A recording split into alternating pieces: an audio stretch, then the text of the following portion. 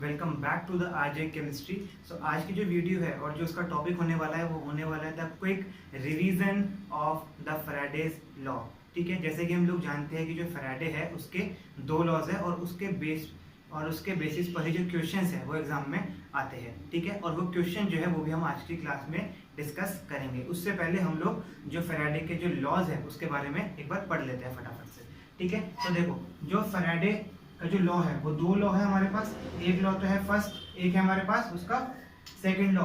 तो first law Faraday का क्या बोलता है कि किसी भी आयन का मास डिपॉजिट होगा जब किसी भी इलेक्ट्रोड पर, तो वो डिपेंड करेगा द क्वांटिटी ऑफ इलेक्ट्रिसिटी, मतलब कि आपने कितनी क्वांटिटी ऑफ इलेक्ट्रिसिटी पास करी है उतना ही उस आयन का जो मास है वो डिपॉजिट होगा इलेक्ट्रोड के ऊपर। और वहीं से आप लोग क्या एक्सप्रेशन आता है, m directly proportional to q, whereas Q क्या होता है आपका क्वांटिटी ऑफ इलेक्ट्रिसिटी, राइट, और M क्या होता है जितना मास आपका डिपॉजिट हुआ है। इसके बाद हम लोग लिखते हैं M directly proportional to I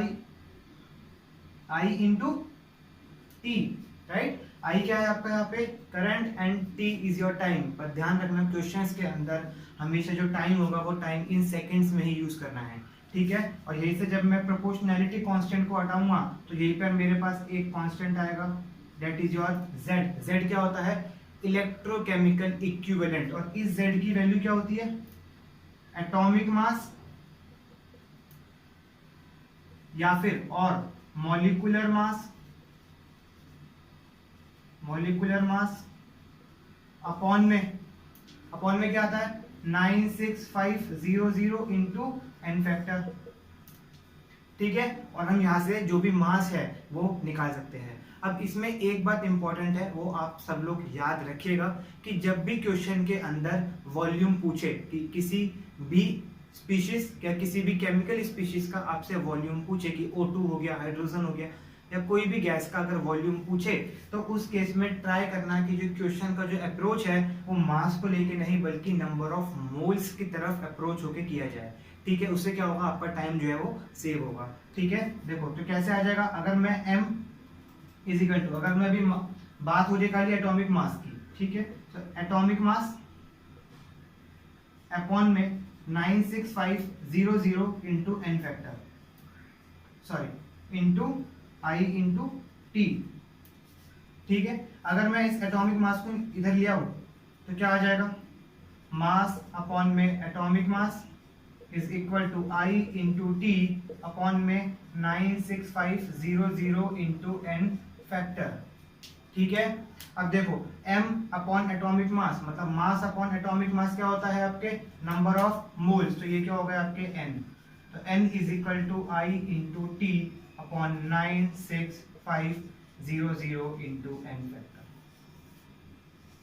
ठीक है, तो आपके पास ये एक क्या आ गया है, फॉर्मूला आ गया है जो कि फर्स्ट लॉ से आया था। ठीक है, अब अगर हम बात करते हैं सेकंड लॉ की, तो सेकंड लॉ में क्या था कि अगर हम इन्हीं सेल्स को सीरीज में अरेंज करते हैं, ठीक है, और same quantity of electricity pass करते हैं, तो जो मास जो डिपॉजिट होगा वो डायरेक्टली प्रोपोर्शनल होगा टू देयर इक्विवेलेंट वेट के। मतलब हम लोग लिखते थे उस केस में M1 is directly proportional to E1, और 2 या 3 सेल है तो M2 directly proportional to E2, है ना। और यही से हम लोगों का जो एक्सप्रेशन आता था क्या था, M1 अपॉन में M2 is equal to E1 upon में E2। ठीक है, M1 क्या है, कितना मास डिपॉजिट हुआ, M2 क्या है, ये भी क्या है, कितना मास डिपॉजिट हुआ। बस 1 और 2 है तो कुछ डिफरेंट स्पीशीज के ही होंगे, ठीक है, या डिफरेंट ही केमिकल स्पीशीज के होंगे। E1 और E2 क्या होगा, इक्विवेलेंट मास ऑफ A और equivalent mass of B। It means अब इक्विवेलेंट मास की अगर हम बात करें तो वो सबको निकालने आते ही होंगे। कैसे निकालते हैं, एटॉमिक मास और मॉलिक्यूलर मास अपॉन में n फैक्टर। ठीक है, तो यहां से हमारा क्या आ जाएगा, इक्विवेलेंट मास आ जाएगा। क्लियर, तो ये जो फैराडे के दो लॉस थे जो कि हमने फटाफट से रिवाइज कर लिए। अब फटाफट से हम लोग शुरू करते हैं क्वेश्चंस को। So the first question is कि हमको क्या दिया हुआ है, हमको दिया हुआ है CuSO4 का एक्वा सॉल्यूशन और हमसे पूछा गया है कि इसकी एनोड की रिएक्शन क्या होगी। हमको क्या दिया हुआ है, देखो क्वेश्चन में हमको क्या दिया, क्वेश्चन नंबर 1 में क्या दिया हुआ है, हमको एक्वस CuSO4 का सॉल्यूशन दिया है और पूछा है कि इसके एनोड की रिएक्शन क्या होगी। कुछ नहीं करना, बहुत सिंपल है इस क्वेश्चन को सॉल्व करना। सीधा Cu2+ SO4 2-, ठीक है। अब देखो एक्वस है, एक्वस का मतलब क्या है, पानी, मतलब कि दोनों के साइड में क्या लगा दोगे, पानी। अब याद करो, मैंने जो लास्ट वीडियो बताई थी उसमें मैंने ये बताया था कि how to learn the electrochemical series within just 2 minutes, तो हम उसको यहाँ पर अप्लाई करने वाले हैं, ठीक है। अब देखो, अब बात कर रहा है कि एनोड पर, एनोड की रिएक्शन पूछ रहा है, इलेक्ट्रोलिसिस में एनोड पर कौन सा साइन होता है, प्लस कि माइनस। तो इलेक्ट्रोलिसिस के अंदर एनोड पर जो साइन होता है वो होता है प्लस का साइन, ठीक है। अगर प्लस का साइन है तो ऑब्वियस सी बात है कि जो माइनस वाली जो स्पीशीज होंगी SO4 और H2O यही जाएंगी इस एनोड के ऊपर, लेकिन SO4 2- जाएगा कि H2O जाएगा। अगर आप ऑप्शन में देखें तो उसमें SO4 दिया ही नहीं है, केवल या तो Cu की रिएक्शन है या फिर वाटर की रिएक्शन है। तो मैंने बताया था, कल ही भी बताया था, जो मेरी लास्ट वीडियो थी मैंने उसमें भी बताया था कि जब भी H2O एनोड पर जाएगा, मतलब जब भी ऑक्सीडेशन का प्रोडक्ट बनेगा तो O2 बनेगा। और अगर आप ऑप्शन चेक करें तो उसमें खाली एक ही ऑप्शन है, वो है C, ठीक है। पहला क्वेश्चन डन। अब पहला क्वेश्चन डन, ओके। तो अब हम बात करते हैं क्वेश्चन नंबर 2 की, ठीक है। क्वेश्चन नंबर 2 में हमको दिया हुआ है कि द वॉल्यूम ऑफ O2 हमको निकालना है बेसिकली, ठीक है, volume of oxygen. Second question के अंदर हमको वॉल्यूम ऑफ O2 निकालना है, ठीक है। और हमने जो करंट पास किया, that is your I, that is your 2 ampere and the time is 3 minutes and 13 seconds which is around 193 seconds, okay. तो अब इसमें बोला है कि वॉल्यूम निकालना है। अभी मैंने बताया था कि जब भी क्वेश्चन में वॉल्यूम निकालने के लिए आए so try to approach the question towards the number of moles, ठीक है। तो हम लोग पहले क्या लिखेंगे, N is equal to I into T upon 96500 into में n फैक्टर, ठीक है। अब हमें क्या निकालना है, नंबर ऑफ मोल्स। तो n is equal to I कितना दिया हुआ है 2 into 193 seconds upon 96500 into n factor बताओ। देखो n फैक्टर कैसे आएगा O2 का, तो मैंने ये भी जो मेरी लास्ट वीडियो थी उसमें बताया था कि जो ऑक्सीजन है उसके अंदर जो इलेक्ट्रॉन्स का इन्वॉल्व होता है वो कितना होता है, 4, राइट। तो यहाँ पे कितना आ गया आपका 4, ठीक है। On solving this the number of moles come out to be 10⁻³ कितना आ गया नंबर ऑफ मोल्स, 10⁻³ अब जब हमारे पास नंबर ऑफ मोल्स आ गए हैं तो वो तो आता ही होगा क्या, कि 1 मोल ऑक्यूपाई करता है 22400 ml वॉल्यूम। तो 10⁻³ कितना वॉल्यूम ऑक्यूपाई करेगा, इंटू 10⁻³ और ये कितना आ जाएगा 22.4 ml, right. Okay, so option number D I think, right. तो ऑप्शन नंबर डी जो होगा वो आपका इसका आंसर होगा, ठीक है। Now okay, so now move to the question number 3। So question number 3 में हमको क्या दिया हुआ है, हमको दिया हुआ है aqua solution of NaBr। We have a NaBr का एक्वा सॉल्यूशन दिया हुआ है और हमसे पूछा है कि उसके प्रोडक्ट ऑफ इलेक्ट्रोलिसिस क्या होंगे। एक्वा सॉल्यूशन ऑफ NaBr के प्रोडक्ट ऑफ इलेक्ट्रोलिसिस क्या होंगे। तो it's a very simple question again, H2O, right, Na positive Na minus, okay, anode and cathode.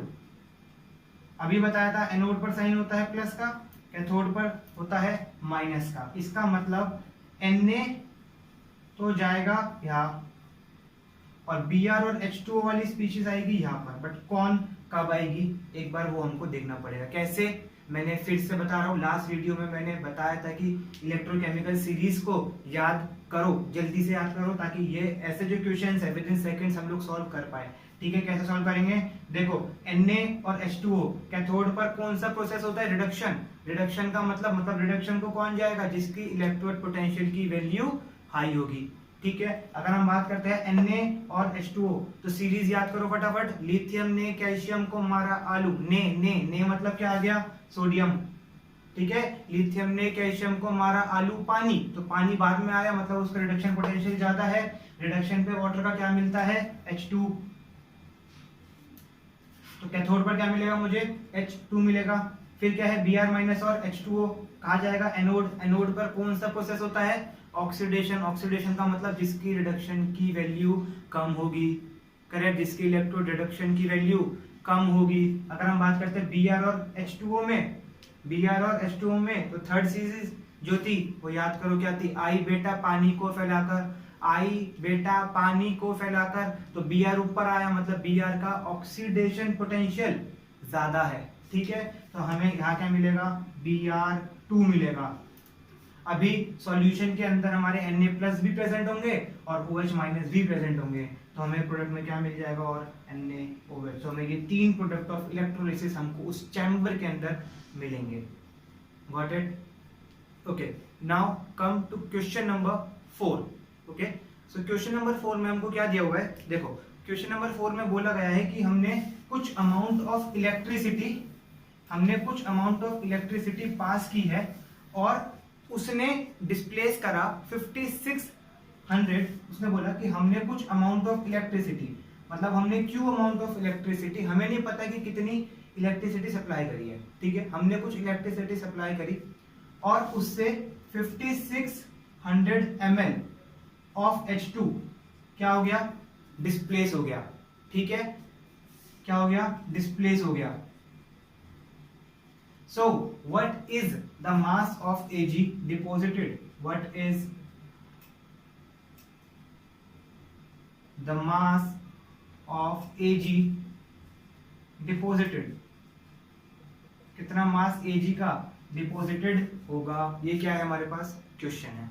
ठीक है, क्या करना है? देखो, बहुत सिंपल क्वेश्चन है। ठीक है, क्या करना है? H2, सबसे पहले देखो, सबसे पहले क्या निकालना है हमको? चार्ज। कि 5600 ml ऑफ H2O को डिस्प्लेस करने के लिए हमको कितना चार्ज लगा। ठीक है, मैंने कल ही बताया था कि H2 की जब रिएक्शन होती है तो उसके अंदर कितने इलेक्ट्रॉन्स का इन्वॉल्वमेंट होता है? सिर्फ 2 इलेक्ट्रॉन का इन्वॉल्वमेंट होता है। मतलब अगर मैं यहाँ पे रिएक्शन लिखता हूं, that is your H2 give 2H plus 2 electron, right? ठीक है, यहाँ लिख दी मैंने रिएक्शन। तो कितने इलेक्ट्रॉन का यूज हुआ? सिर्फ 2 इलेक्ट्रॉन्स का। ओके, अब देखो, अगर 2 electron for 1 mole, it means कि 2F से बनता है 1 मोल। इट मींस 2F लगेगा 22.400 ml ऑफ H2 के लिए, मतलब इतना डिस्प्लेस होगा अगर मैं 2F की क्वांटिटी दूंगा।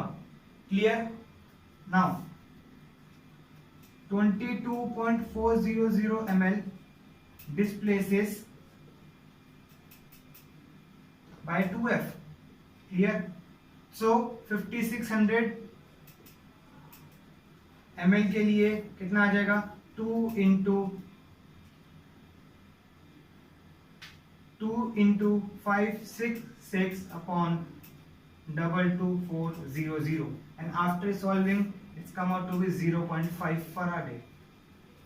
ओके, अंडरस्टूड है? अब देखिए, अब हमारे पास चार्ज आ गया कितना? 0.5 फराडे का। अगर मेरे पास, अब मैं अगर Ag की रिएक्शन लिखता हूं, Ag plus electron gives Ag, means Ag कितना डिपोजिट हो रहा है? मतलब अगर एक इलेक्ट्रॉन का change, it means 1F quantity देने पर मेरे पास 108 ग्राम ऑफ Ag डिपोजिट होगा। क्लियर है? क्लियर है? तो अगर 0.5 दूंगा तो कितना आएगा? 108 into 0.5 come out to be 54 gram of Ag deposit होगा। ठीक है, क्वेश्चन समझ आ गया? बहुत सिंपल क्वेश्चन है। सबसे पहले हमने सिर्फ चार्ज जो है वो निकाला है और उस चार्ज को यूज होके उससे हमने Ag कितना डिपॉजिट होगा हमने उसको कैलकुलेट कर लिया है। ठीक है, okay. So now move to the question number 5। So question number 5 is बहुत ज्यादा सिंपल क्वेश्चन है। MnO4 2- gives you MnO4 minus plus electron.